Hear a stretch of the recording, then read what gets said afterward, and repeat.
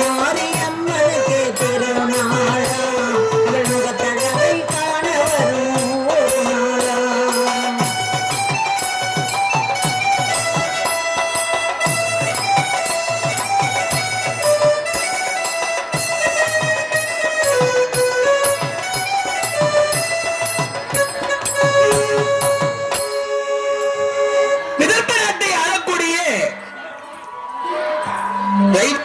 ராஜா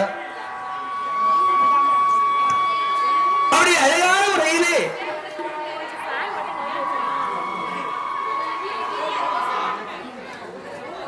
அந்த ரைவத மகாராஜாவானவர் பார்த்தார்.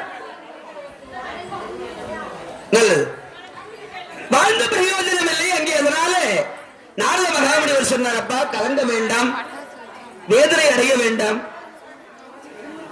இவ்வளவு காரணம் இல்லாம இன்னைக்கு வேலைக்காரங்க நம்மளை பார்த்து ஒரு மாதிரி பேசுறாங்கன்னா காரணம் இல்லாமல் காரியம் இல்லை. எதே இல்லை, ஒரு நல்லதுக்குதான். நீங்க என்ன பண்றீங்க, அன்னதானம் போடுங்க, சாப்பாடு போடுங்க, குறை தீர்.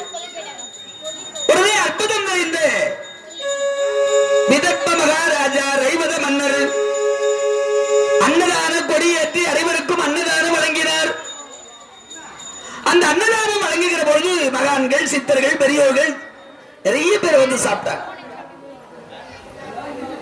அதுல ஒரு நாள் ஒரு முனிவரானவர் வந்து அன்னதானத்தில் கலந்துகிறார். இலைய வச்சு சாப்பாடு பரிமாறுறாங்க. அப்படி பரிமாறியவுடன், அப்பா உங்க வீட்டுல குழந்தை இருந்தா கூப்பிடுங்க, குழந்தை இருந்தாதான் நான் சாப்பிடுவேன். குழந்தை வேண்டிதா இவங்க இவ்வளவு நாளா அன்னதானமே போட்டுக்கிறாங்க. அது குழந்தை இருந்தா கூப்பிடுங்கிற. என்ன பண்ணுறது சுவாமி, மாடாடு கரிபறி இருந்தும் என்ன, தாலி கட்டி என்ன, கோடான கோடி லட்சம் பவுன்கள் என்ன, குளித்திடவே குடம் குடமாய் பன்னீர் என்ன,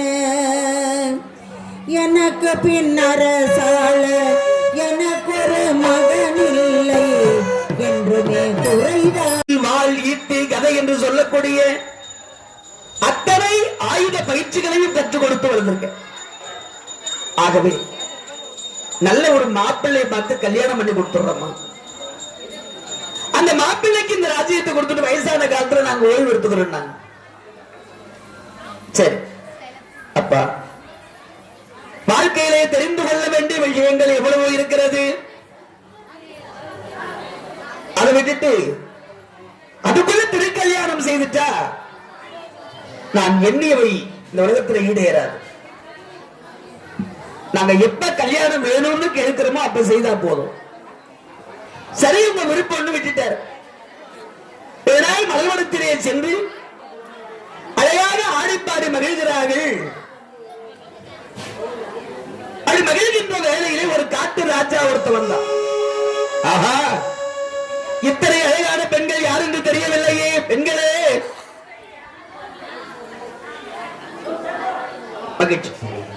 இந்த கோயிலுக்காக உட்கார்ந்து வரும்போதுதான் பேசிக்கிறீங்கன்னு நினைக்கிறேன். ஆமா, அதுக்குதான் பின்னாடி போய் உட்காருங்க. வளர்ந்து ஆளாகி திருக்கல்யாணம் பண்ற வயசுல மனத்திலே ஆடி பாடிட்டு இருக்கிறாங்க. ஒரு காட்டு ராஜா ஒருத்தவன் தான், ஒரு அரக்கன். இந்த பொண்ணுங்களை பார்த்த உடனே அடா அடா அடா, ராஜா வீட்டு பெண்ணுங்க என்ன அழகா இருக்காங்க, பெண்களே சரி என்று சம்மதித்தால்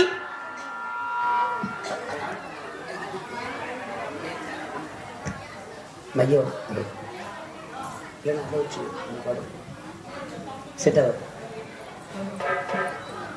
அப்படி அழகான முறையில் சொன்னார், கலங்க வேண்டாம். சரி பெண்களே, நீங்க என்ன சொன்னீங்க? பின்னவர் துதி பாடும் மதிமதனி, பின்னவர் துதி பாடும் மதிமதனி, இந்த மன்னவன் பணம் கவர்ந்த சுந்தரினி, பின்னவர் துதி பாடும் மதிமதனி.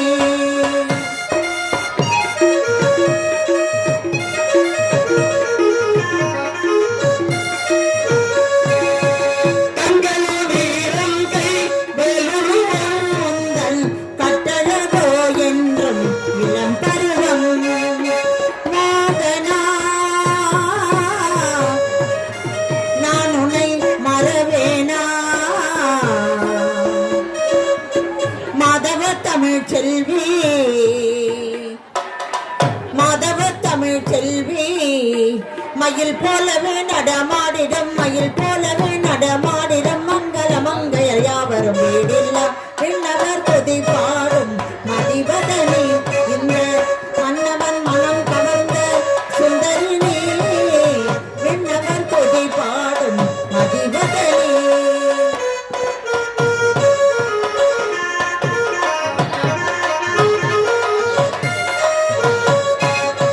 நங்கைவம் நங்கமெல்லாம் மணக்கும் தேன் வாசம் நங்கைவம் நங்கமெல்லாம் மணக்கும் தேன் வாசம் மையலில் நின்றதுமோ மன்னவன் என் சுவாசம் தங்கம் போல இன்னொரு இளமை பிரகாசம்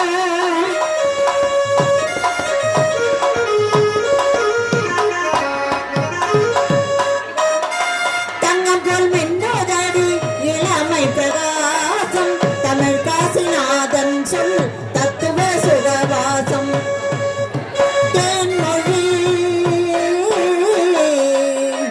கலை மான்விழி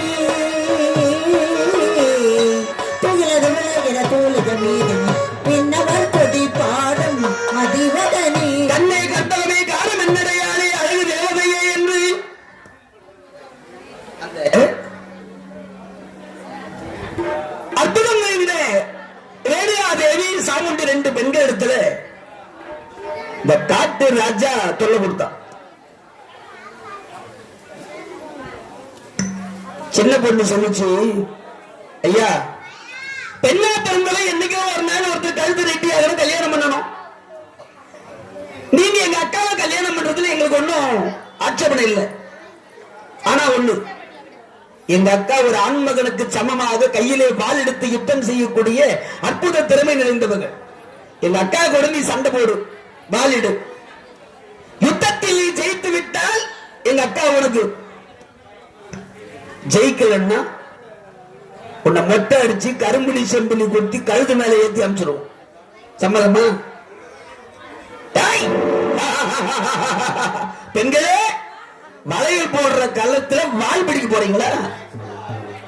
நாங்க வளையல் போடுறோமா வால் பிடிக்கிறோமா அப்புறம் பார்க்கலாம். முதல்ல போட்டிக்கு வரியா இல்லையா அதை சொல்லு. சரி, சம்மதிச்சா. உடனே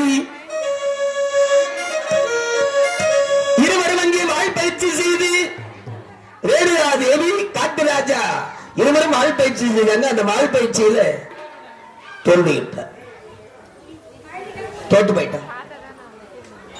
உடனே காட்டு ராஜாவை கூப்பிட்டு ஆடைகளை மேல ஆடை அகற்றி தலையை மொட்டை அடிச்சு கரும்புலி செம்புலி குத்தி கழுது மேல கட்டி ஏற்றி அனுப்பிச்சிட்டாங்க. அவமானப்படுத்தி அனுப்பினாங்க.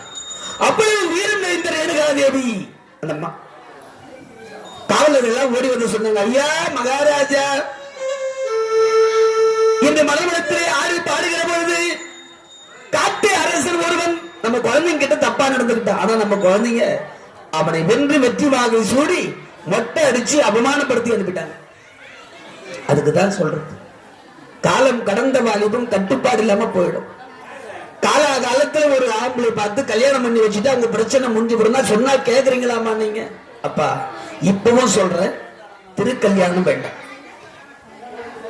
நான் அதை விரும்பவில்லை. அப்பா நான் திக்கு விஜயம் செய்ய போகிறேன். திக்கு விஜயம் அம்மா இதெல்லாம் ஆண்கள் செய்யக்கூடிய விஷயம். நீ திக்கு விஜயம் செய்யறது நல்லது இல்லையே. அப்பா ஆண்கள் பெண்கள் செய்ய வேண்டிய வேலை எதையும் பிரிச்சு வைக்க